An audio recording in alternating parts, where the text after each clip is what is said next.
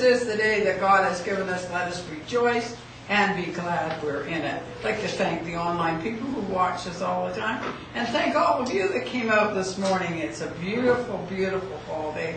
Actually, almost a summer day. I think people are out enjoying this beautiful Indian summer. Is that what it's called? I think that's what it is. So we've got a beautiful Indian summer out here. I hope it lasts till Christmas and gets warmer. That would be great. Okay, I'd like to tell you God loves you, so do we. And give your neighbor a hug. Say, I'm glad you're here. I'm glad you're here. Yeah, I'm glad you're here. Oh, I'm glad you're here.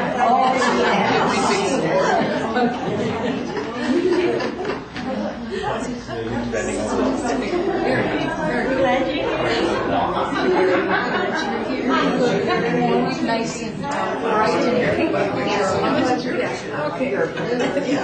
Again. Nice to see you. Everybody got all their hugs in. Wow. Okay, if you just join me for the opening prayer, please. Heavenly Father, we're so thankful that we have this chapel, that we can join together each week and share the love from the source come through us, and allow ourselves to go on to the week and share that with each person we meet. We know that the chapel, the church, that is you, is within us, and it is wherever we are. We will take that energy to the world and give that to each person that is in need. Amen. Okay, everybody be seated. Well, we've got wonderful people on here today. Charlie's going to chair so I can come down and sit down with you guys, enjoy the service.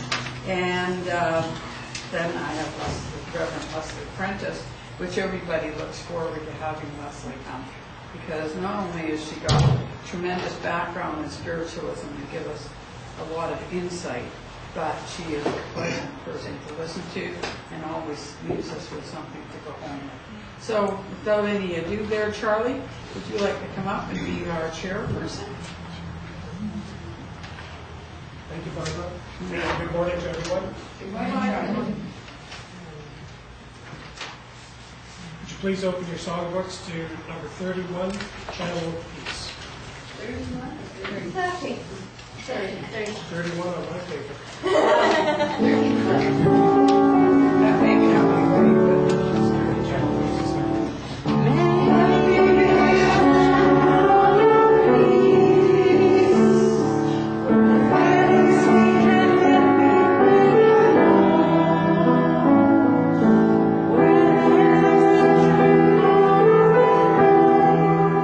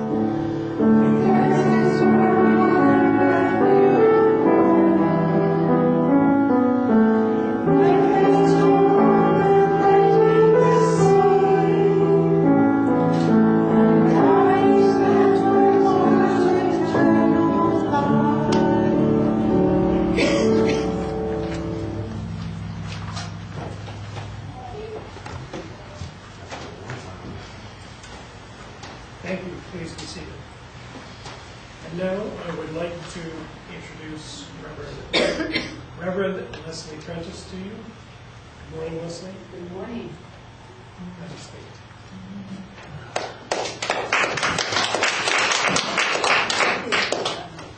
Thank you.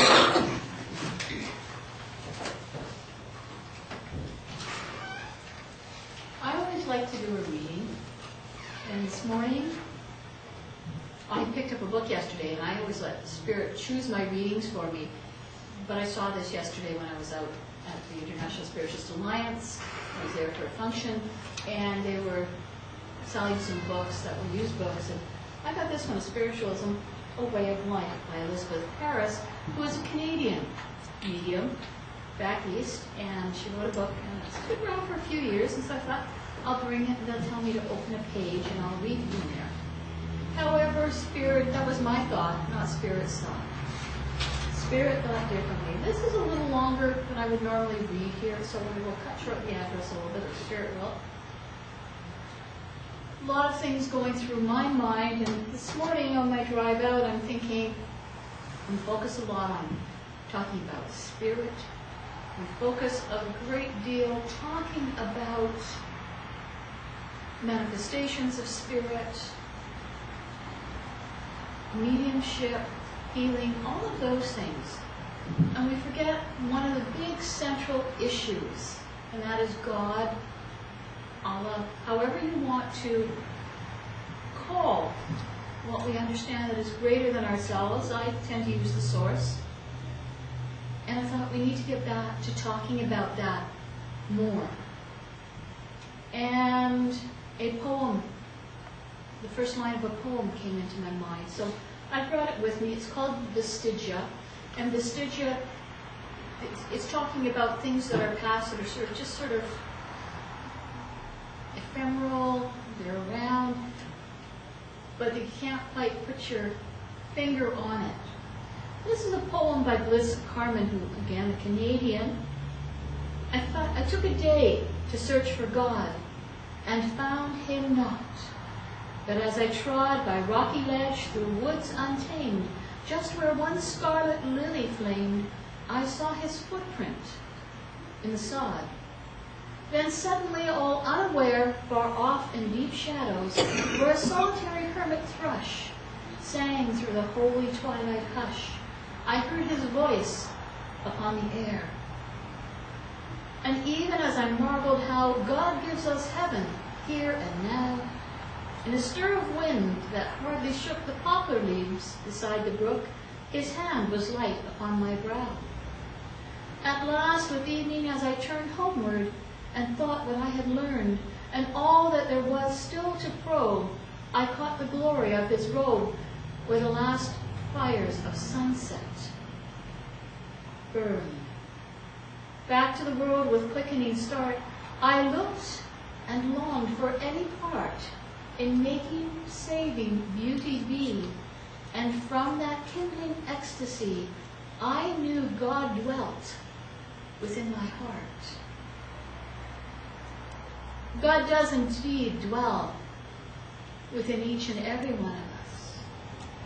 We are a part of God, of the God force. We are enhanced by it. I'm going to close my eyes because I usually do when I'm working. We are enhanced by the love, the light that we find within us. Now, it's sometimes very hard to find that. It's sometimes very hard to love ourselves and to accept ourselves and accept what we have done and to move beyond what we have done into the future, into what is coming, into who we are, and grow. At about 13, I sat one night with a tape recorder, big old reel-to-reel tape recorder, and on the record player I had put a relatively new album for me, and it was actually just new out as well. It was the soundtrack for 2001. And I started contemplating, what is God? I started with, okay, there's me, And I'm here. What's outside of myself? There's people, and I was talking, I believe, as I was doing this. I've never listened to the tape. I'm not even sure where it is all these years later. It's around.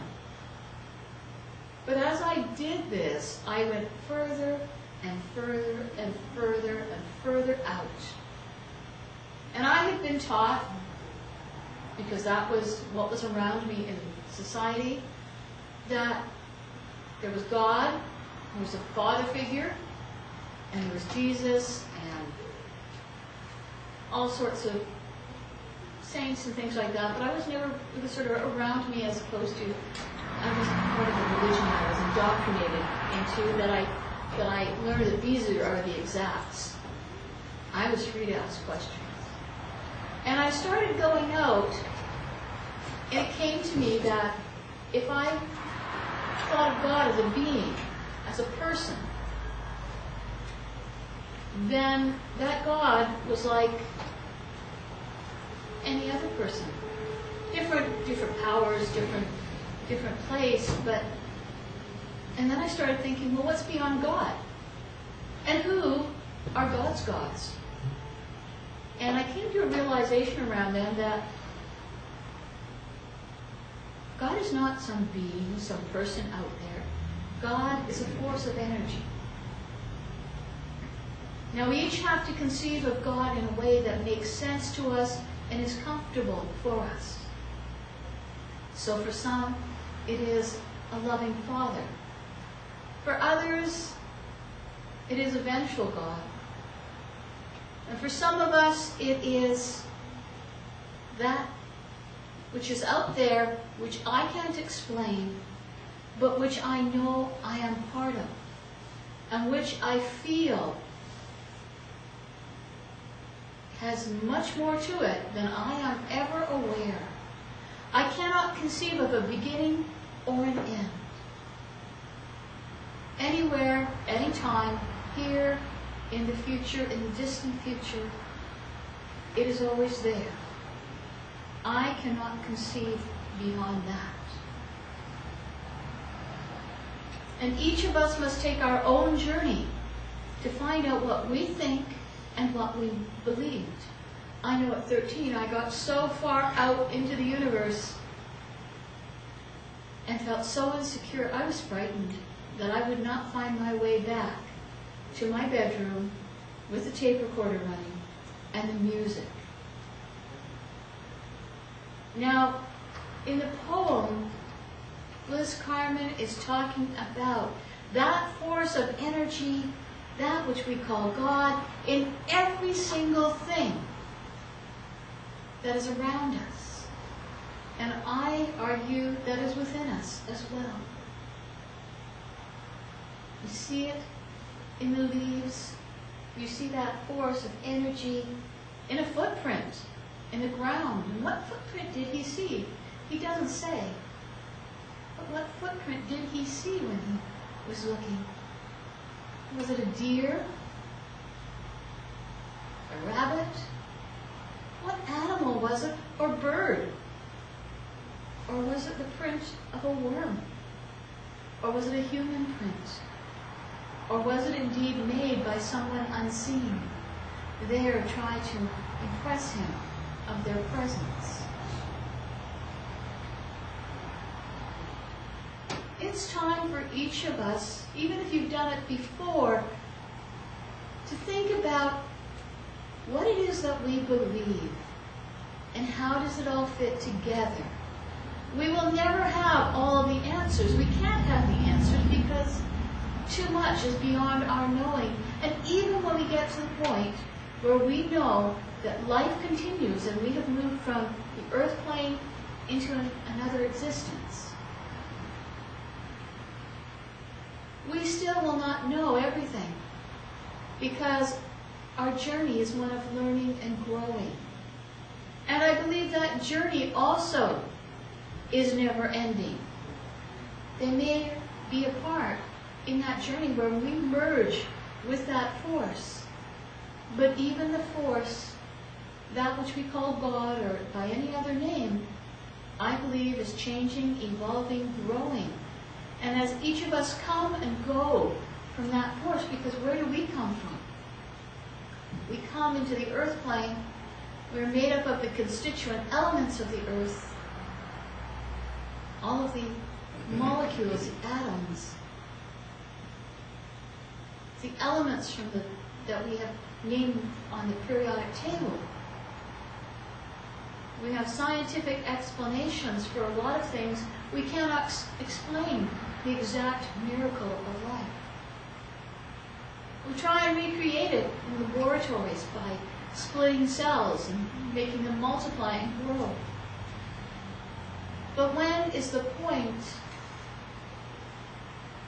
and how does the intelligence arrive? And when? That's a matter for each person's own understanding and acceptance.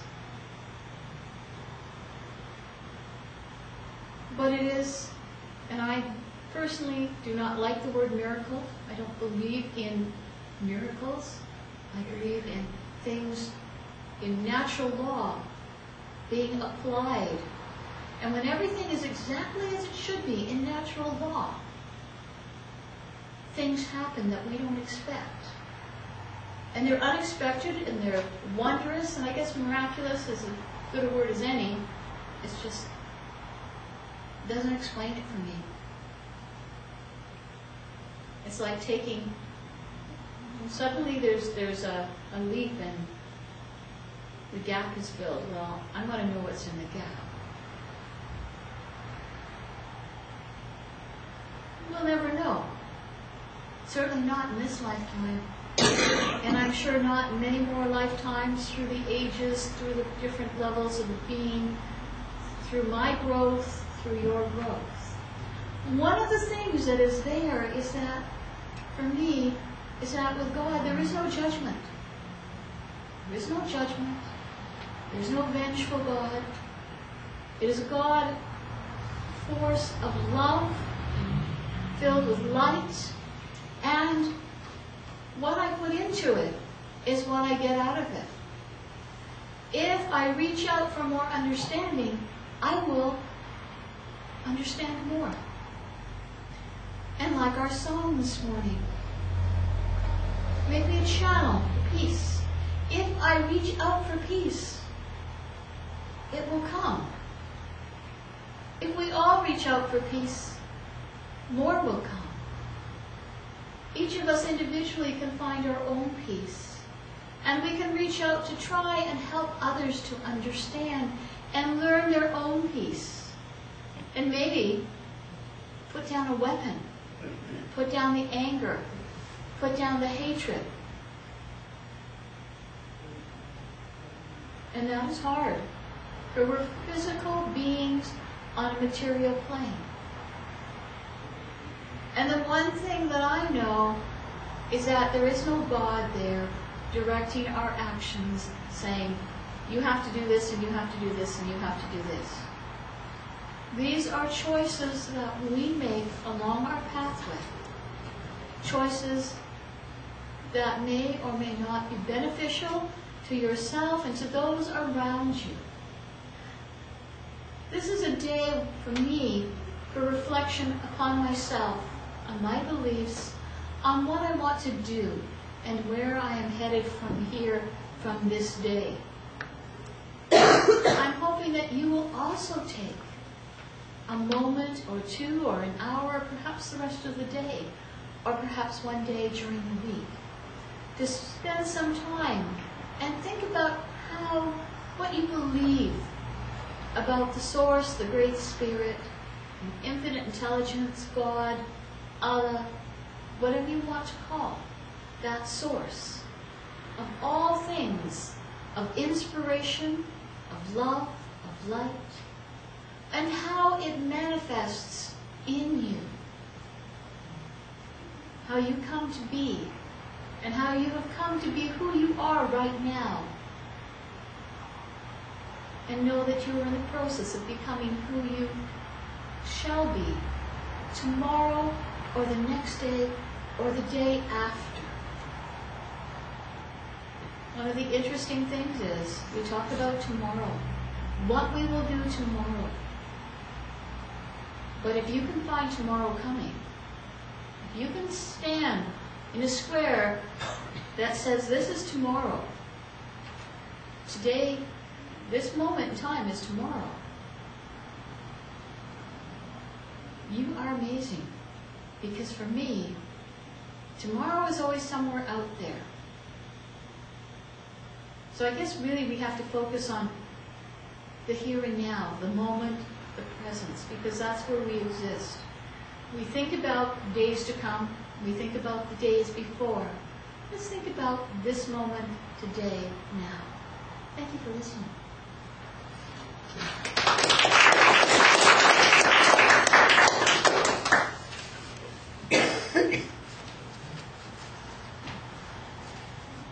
Thank you very much for that inspiring address, Lesley. It makes me think about somewhere over the rainbow, and maybe somewhere over the rainbow is tomorrow. If we choose to see a rainbow, or if we choose to see a storm cloud, we have the wonderful joy and spiritualism of knowing that every step forward is another step along your own way for what you need for yourself. Now, we do hands-on healing here at the chapel. So would the healers please take their positions at the chairs at the back, and anyone who would like a hands-on healing, please take a seat. And for the rest of you, enjoy the meditation and go where your spirit needs to go.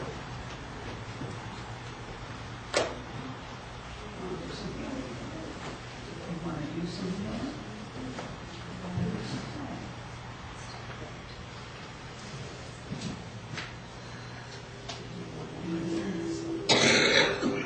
Comfortable position, and take your thoughts inward and inward to a spot in the universe where God resides and healing people.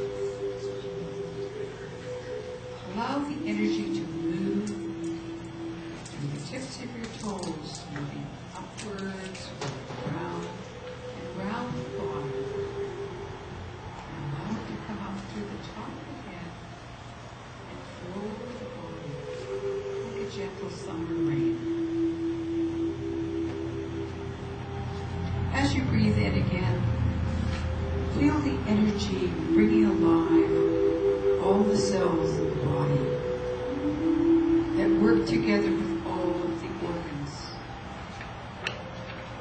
And allow those organs to be like a wonderful symphony concert orchestra that play their instruments independently, but they play with such harmony and such rhythm that they are working for the whole beauty of the piece they are playing.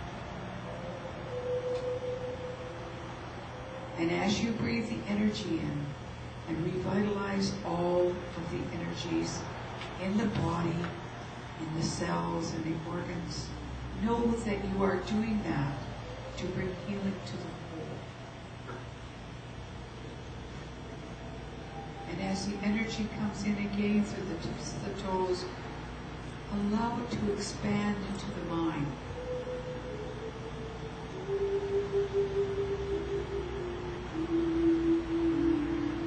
Let the mind open and be receptive. Let the mind be positive and be healthy, so that it may touch the dreams, the ideas that God has, to make you all that you can be. Allow those dreams, those thoughts, those energies to come through the mind to healthy growth, so that they will grow and produce the dream that God has for you.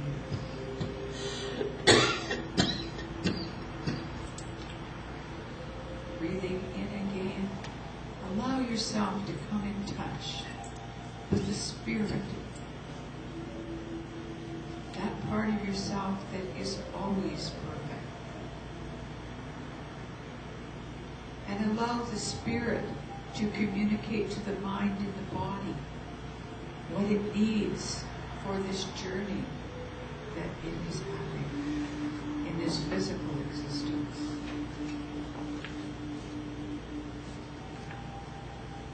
And as you have healed your own self, body, mind, and spirit, be like a pebble in a great pond of energy, and allow your energy to move forward and ripple outward, and let it touch each member in the room. And joining together, allowing the energy to draw through everyone to facilitate the healing.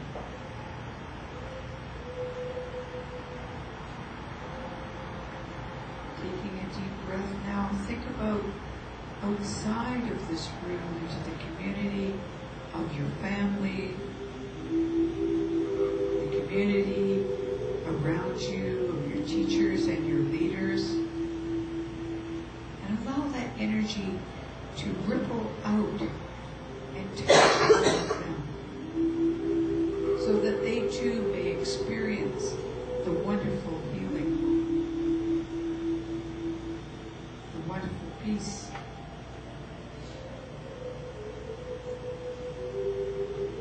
Allow that energy now to go forward into the world, and not only touch the world's leaders, but to touch the animals, the vegetation, the waters, the atmosphere, so that they may be healed.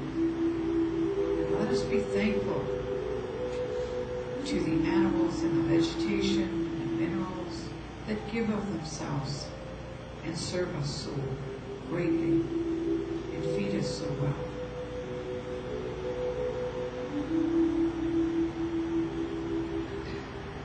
Allow us now to reach out into the universe, into other parts of the universe that we are not familiar with, for many mansions in God's world that we are not aware of, every room and every mansion.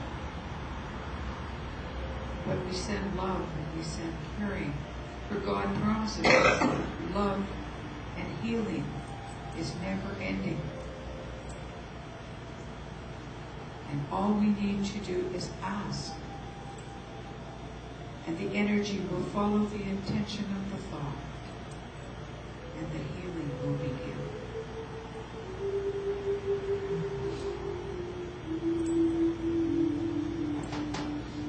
Now as we circle back to the seat of the soul, take a few moments just to sit quietly before you come back to your everyday, workaday world, to enjoy the tranquility and the peace of the healing area of your garden, the inner garden of healing.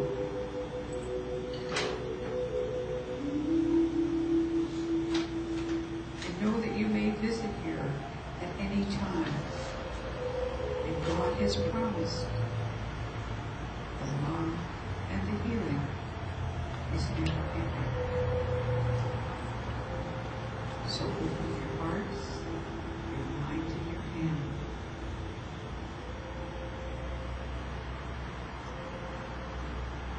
God bless you, and He sends His angels to keep after you.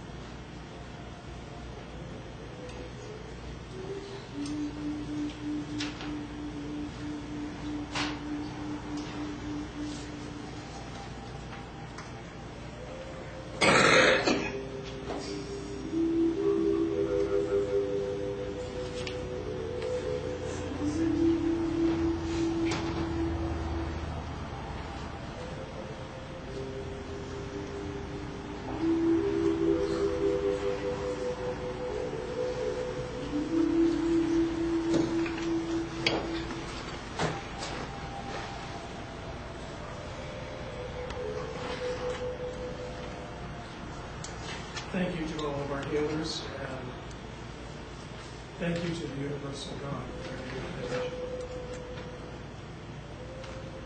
Just sit for a moment and feel the difference in the air.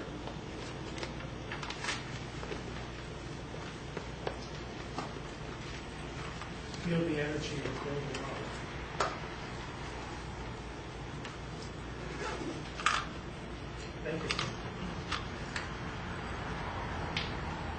And now I'd like to invite Reverend Barbara Leonard, Senior Minister of the Inner Garden, to come forward and have our care and share.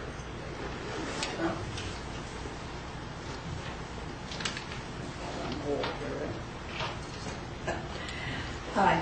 I seem to be doing care and share a lot this last few weeks, so I just thought that we would just continue on, because a lot of people are nervous about what's going to happen with the chapel. Yes, the rumor is true. We are going to close this location at the end of December. And to just kind of reiterate, it is costing us $600 a week to keep it open. And when we had a lot of functions going on and people were attending them, we managed to squeeze through. But we've had to kind of revamp that and look at the fact that as I'm getting older, I cannot be here as much. So we need to look for something that the chapel can go into where I can depend on being the senior minister and having a lot of help from people who would like to help us with the Sunday services and classes and things. So before I do that, I have to tell you that my heart broke when I thought about closing the chapel. I was literally heartbroken. And I thought, oh, you know, this is God's dream, but yet I've been the keeper of the torch. And so it was hurting inside to think that we were going to close the chapel. Because although some Sundays we have low attendance, we have a lot of people that we are looking after, and I really felt that that was still a necessary thing. So I kind of lost my faith a little bit. I'm going to read something from Trent Shelton, in case anybody hasn't keyed into him yet. Go and it has about 2 minute, maybe 2.5 minute little bleeps that are just gems. But here's something that he wrote, and it came on my Facebook. Hey you, the beautiful thing about faith is that when you looks like you are moving nowhere, God is still taking you somewhere. He specializes in repairs. He can fix a broken heart. He can fix that broken dream. He can fix whatever is broken and the broken relationships. Give it all to him. He wants your mess. He wants your trials. He wants your tears. He wants your sins. He wants your flaws and all. Because through deliverance, he will be the only one who will get the credit. He has plans for your life to step up and be in order. All you have to do is to follow the path that has been paved for your life. Go catch your dream by following God. So I read that and I thought that just came at a very appropriate time for me to read that, because 2 days ago I phoned Charlie and I am walking on a clock. I'm saying the chapel is going to survive. We have a place to go.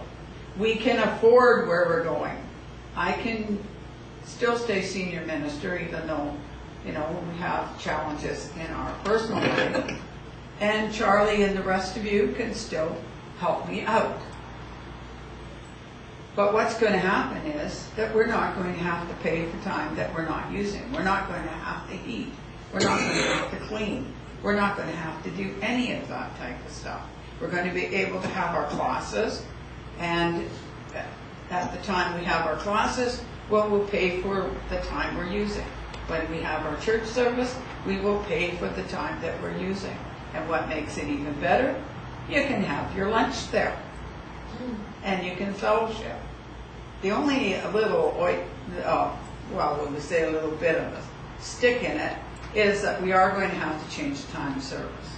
So we are going to be changing the time of service to 2:30 in the afternoon till 4:30. That will be the time that we're allotted. And so the church service itself will probably go from about 2:30 to somewhere in around close to 3, and it will give us the extra time to have the social time, or if somebody wants to have a bite to eat, because it is in a conference room or a meeting room of a very well-known restaurant. And I went, yay, didn't I, Charlie? I had to phone him at work, and he had to tell me eventually, Barbara, get off the phone, I'm working. Because I was so excited about it. I can't tell you all of it right now because I still have to, the lady has said that we could have it, but I still want to go in and make sure that we're fine for doing it every Sunday, and that will start in the new year. We will have our candlelight service here for Christmas, and we want everybody to come out because we are going to have a luncheon, and that will probably be the last luncheon that I prepare for you, darling, with all my egg salad sandwiches or whatever I do for you. And from then on, it will be professionally done. The dishes will be done. Oh, Ramona, we won't have to clean up the kitchen. Isn't that awesome? For sure. Yeah, because Ramona's has signs out there, but then almost we should have a sign flashing that says your mother doesn't work here. Your mother doesn't work here. Because we're all guilty. I'm guilty because sometimes I have to run out after chapel and the things aren't done, and Ramona comes in and cleans up the mess that we make and says, your mother doesn't work here, but I seem to be the mother here. So we've got some really positive things. The other good thing that's going to happen with this is that some of the other churches in town and around our location that have some really fabulous ministers that can't come and speak because we're all having service at the same time. We'll be able to have Ann Beveridge and some of the other ministers from the other churches come and share with us. And so how nice will that be? And maybe the other thing is some people like to sleep in Sunday morning and they don't quite make it to church. Maybe they can get there for 2:30 in the afternoon. And so that'll be really great. So people can either go in ahead of time and have the brunch, or they can have something to eat afterwards, and we can kind of have a social time. But we will put muffins and tea and coffee for everybody anyway, so that will be good. So everybody feel good with that? Yep. Now the only fly in the ointment here too, that is that we will not have a piano in there. We will not be able to sing out loud and upset the few people that might be in the normal restaurant at the time. So I'm hoping that Celia will come occasionally and play her violin and play some nice music for us. We can play some music and just enjoy the music. I don't think anybody will have a problem with that. But I don't know if my loud singing would really be too exciting for the rest of the participants. But we'll work around it, and I'm sure that everybody's going to be happy that the chapel's going to survive, and that we're going to still be able to get our mitts through their training. And who knows? Somewhere before they get finished, maybe we'll win a lottery, and the girls can have a big chapel again. And then I can come and be their junior minister. It's Okay, on the thank to-do you. list.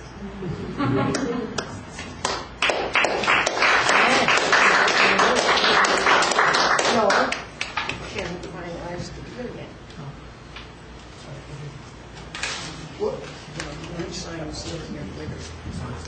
Oh, now one beautiful thing that I got to tell you, I can walk to where it is. So it'll be nice and close for me. One thing I do want to add to that is that it is quite likely that this location will survive as a chapel. Yes. And that's not official yet, so we can't make that announcement. We have interviewed some very, very nice people. They are of Christian faith, so the space will survive. They will move into something already built for them. And super, super nice people. So let's just keep our friends close to us and hope that it all comes together for them. And isn't it interesting how the storm clouds of today are creating the rainbow of tomorrow? Well, yesterday we waited for tomorrow, you know. Well, So, yeah, the just a tomorrow little we bit waited for of yesterday. talking about somewhere over the rainbow a couple of minutes ago. And the rainbows. We're making our own rainbow, Yeah. manifesting what we believe. Okay, so that takes care of the majority of the announcements. We will have one more Thursday facilitation program this Thursday, which will be hosted by myself. And we will make a plan at that point somewhere to meet again. Come out, enjoy it. It's always been fun. I know that in the last 3 years of doing it, it's helped my mediumship enormously. It's moved me into better and better places of understanding my own spiritualism as well as the spiritualism of other people, and understanding that God force does reside within all of us. Now, do we have any birthdays or anniversaries this week? Yes? My birthday. Barbara. Oh, right. Halloween, my I birthday. can't see over glasses. Can we all sing happy And my birthday to son's Barbara? birthday is on the 1st. Happy birthday, we love you. Happy birthday, and may all your dreams come true. When you blow out the candles on my days alone, it's a love light in your eyes wherever you go. Happy birthday. Happy birthday, Barbara. And I'd ask everyone to please take home their handouts so you can keep track of the events. You can also keep track of us at theinnergarden.com, and we'll put any announcements up. Barbara's phone number's on there. I think a lot of you have my phone number, so feel free to call and make sure that we do stay in touch. The meetup will be integrated. We are also on Meetup for Thursdays and Sundays, and Barbara will look after keeping that fresh and new, whatever comes out, if there's any changes in plans. Now, I'd like to ask for your free will offering, and song number 21, The Garden of Life.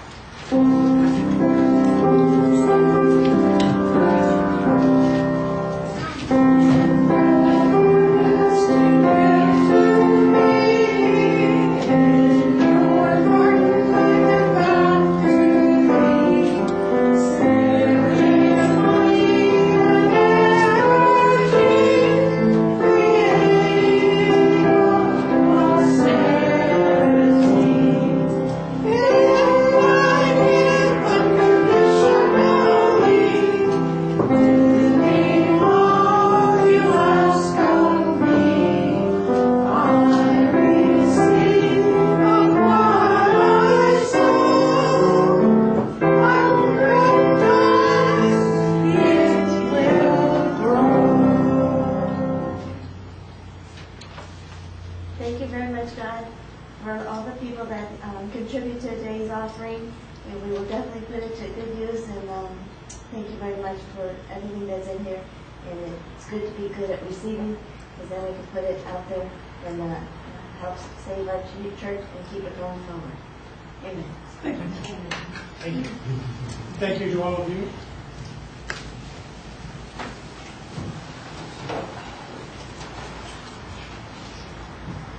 And one of the things that sets our spiritualist churches apart is that we offer a display of mediumship, which is communication between this world and the worlds unseen. So if our medium should come to you, please use your voice, because that helps to build the vibration. And if you'd like to have a message, please say yes. And if not, you're quite welcome to say no. Although I'm not sure I've ever seen that happen. So Lesley Yeah, once or has. twice we've had it. Lesley has been serving spiritualist platforms for over 20 years as a medium, as did her mother before her and your grandmother before that. It's all yours. It's mine. It's all yours. Are we going to play tag? Play tag? It's up to spirit, not me. Oh, okay. Well, they have plans for you. They have plans for you. Can I come to the gentleman, please? You're looking around, yes. Yes, That's right. Hi. I'm your father. I believe I have your father here. He is a gentleman whom you resemble, but he was heavier than you. And he was a bit jowly. I'm looking at him, and his cheeks are sagging down. And I actually was seeing him earlier. And I thought, oh, who do you belong to? And it was during the healing. And I looked up, and there you were. And I knew that he belonged to you.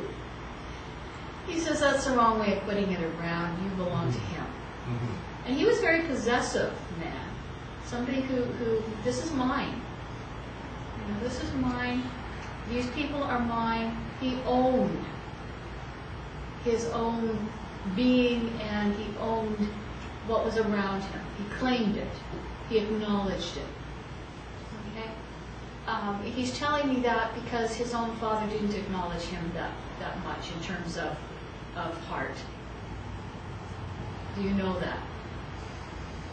No. It's my father died on the street. Okay, so you don't know. Okay, fair enough.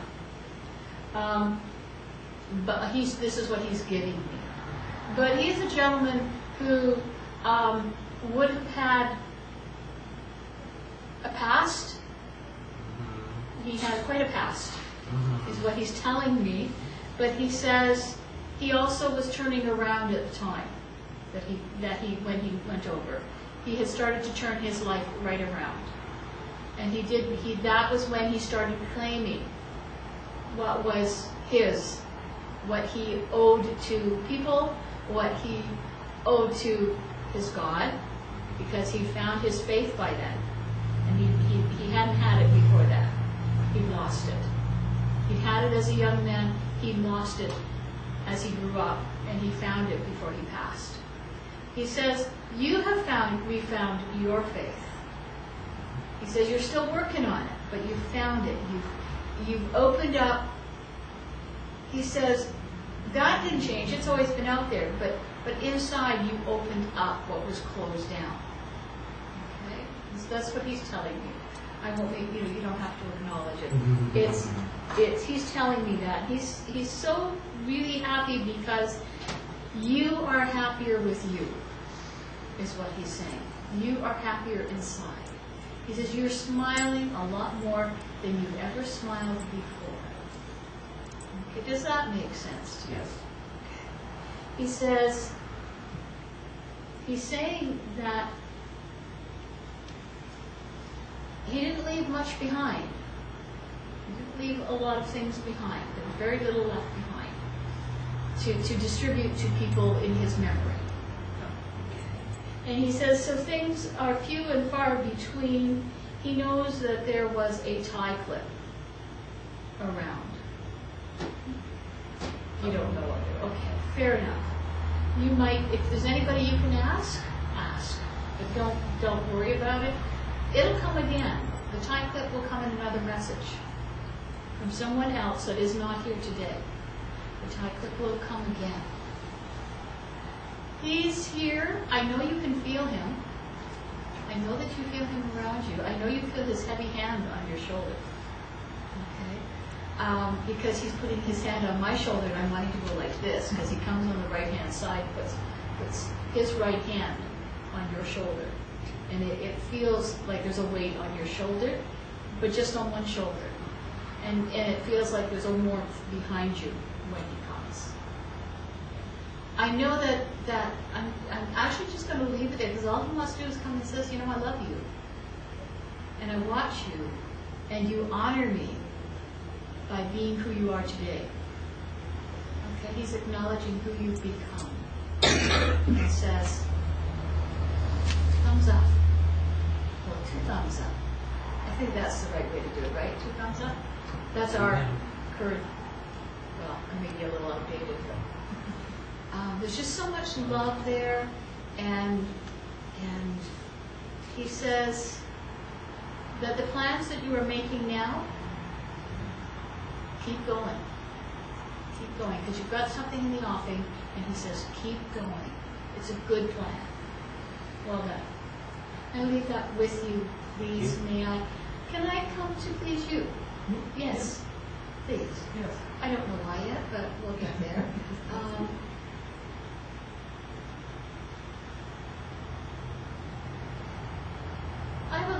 is coming and is saying, don't second guess yourself. What's done is done. Now you have to move on. There's something that has happened recently that you were not happy about. But this lady is saying to you, it's done. So get on with it. Stop looking back at it. You just make yourself unhappy. And she says, you had enough unhappiness in your life in the past. You'd come to a balance and that threw you off balance. Well, now just get back on track and get going. Now this is a lady who is about my height, a little bit plump, a lady who had, her hair was going gray when she passed. She says ladies don't tell their age. That was one of the things that she would say on the earth plane is, no, don't tell your age. For you to know and them to guess. And she says, and she always wanted to appear younger than she actually was. She was somewhat vain. Okay, in that way. But she also did look younger than she was. Okay. I feel that she is a family member, but this is not like a grandmother or mother. This is more like an aunt. And I want to go to the father's side of the family with this lady. And she would have passed, even though she was going gray, she was very young when she passed. So she's not going to tell me how old. I'm not going to guess because she's already said she looks younger. So we won't guess. But she is a lady who wore a rather severe style of clothes. If you look at pictures of her, and you do have photographs of her, there's an album, and maybe not in your possession, but there's an album you look through that has family in it. And there's a lady who wears like dark gray or black, and a skirt and a jacket, and a white a white or light blouse underneath it, and no jewelry. No jewelry. And this is a lady who never married. Okay. But she's around you. You can go check the book. She's standing between two men in the picture. Okay. And that's just sort of clicking there, isn't it? The men are both taller than her. She comes up to about their shoulders. Just over their shoulders. And the man on the left is taller than the man on the right, or as you're looking at on her right and her left. As you're looking at it, the taller man will be on your right, looking at the picture. You don't have to go find the picture, but she's really just concerned that don't make life any harder than it needs to be, okay? Because you always find life problematic, she says. Okay, it's okay, she says. She says, you needed that, you needed to go through these things that you've gone through to become who you are now. And she says, now your heart is opening. Now your eyes are opening. Now your mind is opening. And the world has become that oyster. You see it ahead of you. Does that make sense? Yeah. Okay. I'm going to leave you with your love because there's a lot of love around you. There are a lot of family in spirit as well as some friends. And you've had a friend pass recently, she says. Yeah, within the last 3 or 4 years. Not just now, but the last 3 or 4 years. And she's saying, the pain is gone. The pain is gone. She's at ease. She's happy. She's doing the things that she likes, including the painting that she wanted to do. She wanted to paint. Okay, so she's saying that friend is just fine. And you know that because you've heard from that friend already. That friend has come to you personally and talked to you. It's hard to understand, but you tried. And she says if you try again, it'll be even better. Your communication abilities, the interpersonal communication will get better because she says that's always been your hard part, is settling down to listen. Okay? Yes. Thank you.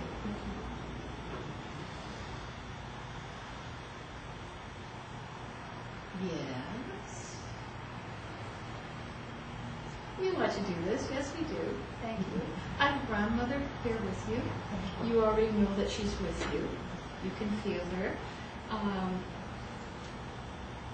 And she was a feisty woman, a woman who didn't take kindly to being talked down to, a lady who could battle her way if she needed to, and she did at times.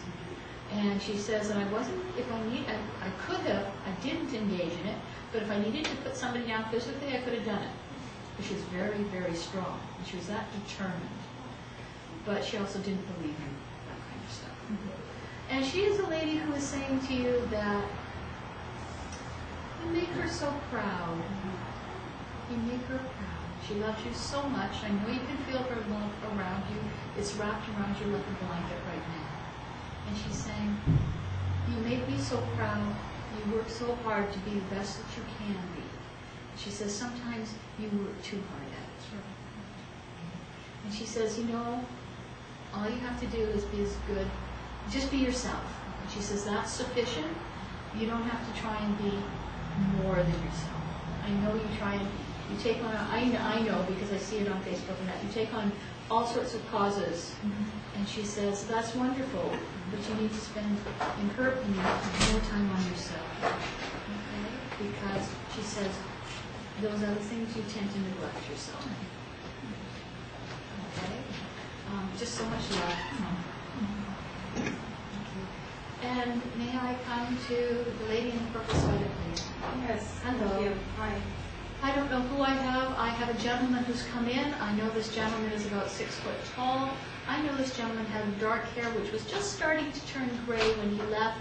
I can't tell his age. I'm not seeing him. I'm just feeling him. But I know that he left with a heart condition. And I know he left quickly. And I know that he is a generation above you, somewhere in there. I'm not getting a sense of who exactly it is, father, uncle, but somewhere in there. I know there's a huge amount of love, but what I'm being told is, what I'm getting from it is that the whole family loves so deeply and so strongly. It's everybody felt like father. Yes. Is how I'm getting it. And so I'm actually said this is not father, this is an uncle. Okay. Is what I'm getting. But he is an uncle who would have spent a lot of time around you when you were young. Yes. And he is a gentleman who left a hole in your life when he left. It's like you missed him. Okay. You missed him. Okay. You had a connection with him, and you missed him. He said it's been a long time coming because he would have not believed in this. And it's taken him a long time to awaken to the possibilities of that communication is there, because when he passed, minds are very powerful and we create automatically, and he created life as it was for him. Except there were certain people missing, and that in it. And over time, he became aware that there was more, and there were other people around, and he awakened to what is actual, and to the fact that he can create, and he also learned that he can communicate across what he now knows was his death. Okay? He did not recognize that he was dead when he passed. He went so fast. Okay. Okay? And people don't. People don't always know that they have passed. Yeah. Okay. He's on father's side of the family, this gentleman. He's on my father's side of Yes. the family? He's on your father's side of the family. Okay. This gentleman. Hopefully you can go and ask about him. I'm not getting a name on him, but I know that he is somebody whose heart was always in the right place, who always gave whatever he could to anybody who was in need. I know that he did not have children of his own at the time of his passing. Okay. Okay? And I just have to, but okay, thank you. He says, you can go and ask about him, okay? He wants to just make this short. He wants to say to you, you've made some changes in your life. Yes. And he says they were good changes. Yeah. Even though it's been tough, Yeah. he says you've made some really good changes in your life. And he's talking about it just now, just recently. Yeah. And he says, don't, again, I know it was said earlier, but he's saying don't second guess yourself. Don't think that maybe you shouldn't have made the change. He's saying you knew it was necessary for your own well-being. Yes. So he's saying Understand that, accept that, and just move on. Move on. Don't be dragged backwards. Okay. Because somebody's pulling. Yes, yes. Now, can I just ask if this is on my birth father's side or my adoptive father's This is side? on your birth father's side. Okay. That's going to be hard. That's going to be hard. Then he'll come back another time Yes. for confirmation. Okay? But I know there was some kind of connection when you were very small with him. Okay.